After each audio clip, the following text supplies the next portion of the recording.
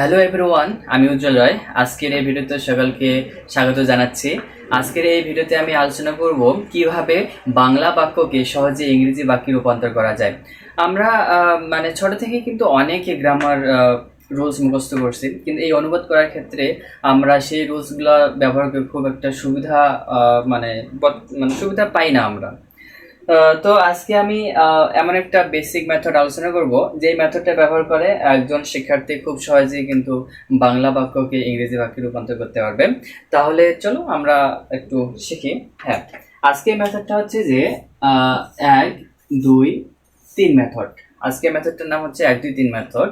তো আমরা জাস্ট হচ্ছে কি, যখন এটা ট্রান্সলেট করব মানে বাংলা থেকে ইংরেজিতে যাব, তখন আমাদেরকে জাস্ট একটু মাথায় রাখতে হবে এককে একের জায়গায় দিয়ে বসাবো, আর এই দুইটা চলে যাবে তিনের জায়গায়, আর তিনটা চলে আসবে কার জায়গায়? দুইয়ের জায়গায়। তার মানে আমরা একের পর লিখবো 3, তিনের পর কি লিখবো? 2 লিখবো। এখনো বোঝো নাই তাই না? আসলে একটা উদাহরণ দিলে বুঝতে পারবাম। যেমন হচ্ছে যে আমি আমি আম পছন্দ করি। আমি আম পছন্দ করি। এটা একটা বাংলা বাক্য। এটা একটা কি বাংলা বাক্য? যদি আমরা আমির আমির ইংরেজি হচ্ছে কি বলতো? আই। আমির ইংরেজি হচ্ছে আই, আর আমের ইংরেজি কিন্তু হচ্ছে কি ম্যাঙ্গো। কিন্তু ম্যাঙ্গো একটা হচ্ছে কি কমন নাউন, আর কমন নাউন একাই বসে না, হয় প্লুরাল করে দিতে হয়, তাহলে তার সামনে একটা আর্টিকেল নিতে হয়। তাহলে আমরা এটা প্লুরাল করে দেবো, ম্যাঙ্গোস। ম্যাঙ্গোস। তারপর এই পছন্দ করি, এই পছন্দ করি এটা হচ্ছে কি, এটাকে কি দিয়ে আর ইংরেজিতে কি বলতো? লাইক। লাইক মানে কি বলতো? পছন্দ করা। লাইক মানে হচ্ছে কি পছন্দ করা। তাহলে হচ্ছে কি আইকে আমরা মানে আমিকে আমরা আই দিয়ে প্রকাশ করি ইংরেজিতে, আর আমকে আমরা ম্যাঙ্গোস দিয়ে প্রকাশ করি, আর পছন্দ করি এইটুকু এইটুকু বাংলাকে আমরা লাইক দিয়ে প্রকাশ করি। তো একটু আমরা সিকোয়েন্স অনুযায়ী লিখি যে এটা হচ্ছে কি 1 নম্বরে আছে, এটা 2 নম্বরে আছে, এটা কত নম্বর আছে? 3 নম্বরে আছে। তাহলে আমাদের এই মেথড অনুযায়ী কি হয়েছে যে 1 নম্বরকে একের জায়গায় রেখে দেবো, আর 2 নম্বর শব্দটা চলে যাবে 3 নম্বরে, আর 3 নম্বর শব্দটা চলে আসবে 2 নম্বরের জায়গায়। তাহলে বসাই একটু, তাহলে বাক্যটা একটু সাজাই যে আই, তাহলে হচ্ছে কি এরপরে কি আসবে? 3 নম্বর শব্দটা বসবে লাইক। আই লাইক, তারপর হচ্ছে কি 2 নম্বর শব্দটা বসবে আই লাইক ম্যাঙ্গোস। এই যে এইভাবে খুব মানে সহজে আমরা বাংলা বাক্যটাকে কি করতে পারি? সহজে ইংরেজি বাক্যে রূপান্তর করতে পারি। এখন অনেকে বলবে যে যে ভাই এগুলা তো আমরা জানি, এত সহজ দিয়ে কেন শেখাচ্ছেন? আমি বলি যে একটা শিশু যখন হাঁটতে শেখে, তার প্রথম স্টেপে কিন্তু কি হামাগুড়ি শেখা আগে। হামাগুড়ি যদি না শেখে তাহলে কিন্তু সে কি হাঁটা শিখবে না। তো আমাদের এই ট্রান্সলেশন বিষয়টাও এরকম যে আমাদেরকে আগে বেসিকটাকে শিখতে হবে, বেসিক থেকে আস্তে আস্তে আমাদেরকে কি মিডিল থেকে কি অ্যাডভান্স লেভেলে যেতে হবে। তো অনেকেই যেমন ম্যাথ শেখার ক্ষেত্রে কি করে, খুব শর্টকাট তারা হচ্ছে শিখে ফেলে। প্রথমে স্টেজে তারা শর্টকাট শিখে, বিভিন্ন শর্টকাট সূত্র ব্যবহার করে তারা বড় বড় ম্যাথ সলভ করে এমসিকিউর জন্য। কিন্তু তাদের এটা শেখার পদ্ধতিতে ভুল, কারণ তারা যদি ওই শর্টকাটে শিখে ম্যাথ শিখতে যায়, তাহলে সেক্ষেত্রে কিন্তু অঙ্কটা যে কি জিনিস তারা সেটা মানে বুঝতে পারবে না, তারা সেটা ফিলে করতে পারবে না, তারা রিটেনে গিয়ে ধরা খাবে। তো যাই হোক, এই যে এভাবে আমি আরো কয়েকটা বাক্য দিতে পারি।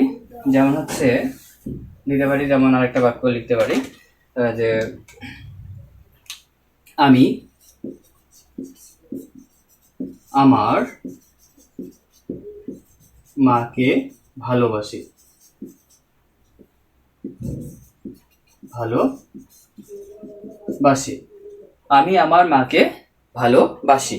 তাহলে এই যে এটা একটা আইডিয়া প্রকাশ করতেছে, সিঙ্গেল আইডিয়া প্রকাশ করতেছে, একে আমরা আই দিয়ে প্রকাশ করতে পারি।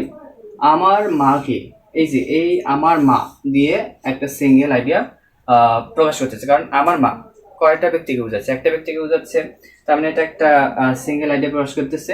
তাহলে আমরা এটা লিখতে পারি আমার বলতে মাই, আর মা বলতে হচ্ছে কি মাদার, আর ভালোবাসা ইংরেজি হচ্ছে লাভ।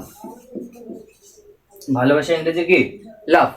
তাহলে আমরা যদি একটু পজিশন অনুযায়ী একটু নাম্বারিং করি তাহলে হবে আই আছে 1 নম্বরে আছে, মাই মাদার আছে 2 নম্বরে, আর লাভ আছে 3 নম্বরে।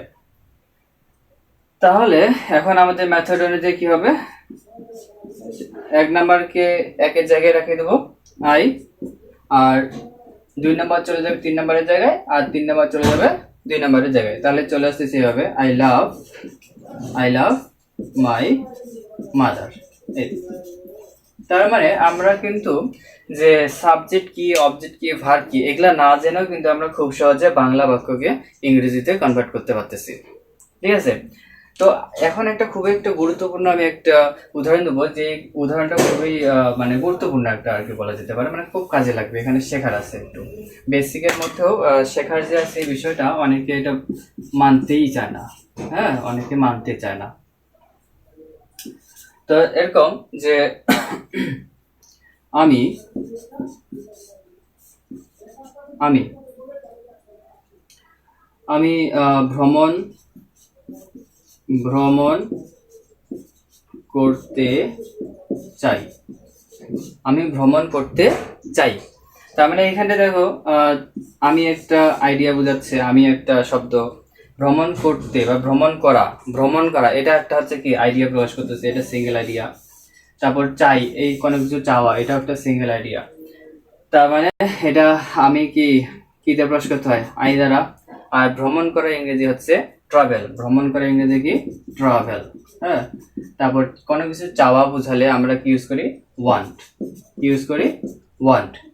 তো এখানে একটা বিষয় মনে রাখতে হবে যে এখানে কি আছে, তো যুক্ত হয়েছে। এটার কিন্তু হচ্ছে কি, এটা যদি আমরা একটু বিশ্লেষণ করি, ভ্রমণ করা এটা হচ্ছে কি যে ভ্রমণ করা, এর সাথে একটা এক্সট্রা শব্দ যোগ হয়েছে, সেটা কি বলতো, তে। এই তে যদি যুক্ত হয়, তাহলে তার সামনে একটা কি যুক্ত করতে হয়, টু যুক্ত হবে। কি নিতে হয়, একটা টু। কোথায় নেবো টুটা, এই যে ট্রাভেল মানে ভ্রমণ করা। হ্যাঁ, তাই ভ্রমণ করা এই ট্রাভেলের সামনে নিতে হবে, বুঝা যাচ্ছে? তাহলে আমাদের এটা 1 নম্বরে আছে, এটা 2 নম্বরে আছে, এটা 3 নম্বরে আছে। তাহলে আমরা যদি এটা একটু সাজাই তাহলে পাবো এইভাবে যে প্রথমে 1 নম্বর বসবে আই, তারপর হচ্ছে কি 3 নম্বর বসবে ওয়ান্ট, তারপর হচ্ছে কি 2 নম্বরটা বসবে আই ওয়ান্ট, তারপর কি to travel, I want to travel. তো এইভাবে আমরা কিন্তু হচ্ছে কি এই 1 2 3 মেথডটা ব্যবহার করে খুব সহজেই আমরা বাংলা বাক্যকে ইংরেজি বাক্যে রূপান্তর করতে পারি। তো এটা হচ্ছে একটা বেসিক মেথড, অনেকগুলো মেথড আছে তার মধ্যে এটা। তো এইভাবে আমরা আরো অনেকগুলো মেথড আছে, বেশ কয়েকটা মেথড আছে, যেগুলো মেথড আর হচ্ছে কি জানলে আমাদের গ্রামার অত ফলো করতে হবে না, যে সাবজেক্ট কোনটা, অবজেক্ট কোনটা, ভার্ব কোনটা, এগুলো আসলে মুখস্থ করতে হবে না। জাস্ট আমরা বাংলা বাক্যটা মাথায় নিয়ে আসবো, কল্পনা করব, আর ওই কল্পনা করতে করতে আমরা কি করব, এইভাবে জাস্ট হচ্ছে কি অনুবাদ করে ফেলব সিম্পল বাক্য। এই সিম্পল বাক্যগুলোকে আমরা এইভাবে অনুবাদ করতে পারি। আর এর চাইতে আরো যখন আমরা বড় বড় বাক্য আসবে, বড় বড় বাংলা বাক্য আসবে, এই বড় বড় বাংলা বাক্য কিভাবে অনুবাদ করতে হবে এগুলো আমি আস্তে আস্তে দিব, আমার এই ফেসবুক প্রোফাইলেই পেয়ে যাবেন। তো আজকে আলোচনা এখান পর্যন্ত, ধন্যবাদ সকলকে।